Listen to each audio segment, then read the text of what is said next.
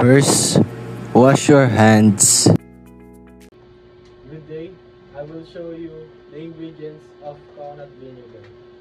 The ingredients is 4 cups of coconut water and 1 pieces of pot in measuring cups, then the rubber bands and cheesecloth and a piece of yeast and 1/4 of brown sugar and a spoon.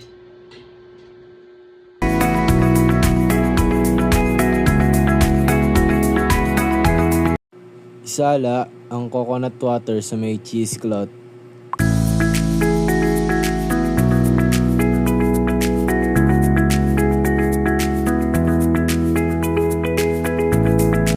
After lagyan natin ng sugar, i-mix lang hanggang sa matunaw ang sugar.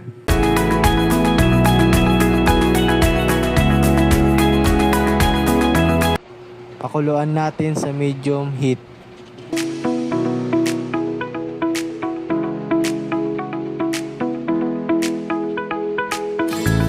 Pakuluan sa loob ng 20 minutes.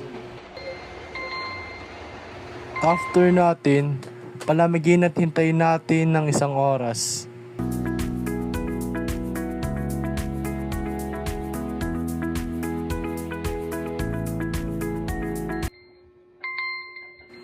After lumamig, lagyan natin ng yeast at haluin.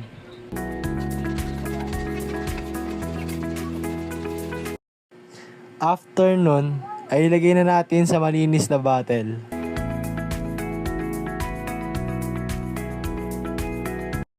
After ilagay sa bottle, ay takpan natin ng cheesecloth at lagyan ng rubber band para hindi matanggal ang cheesecloth.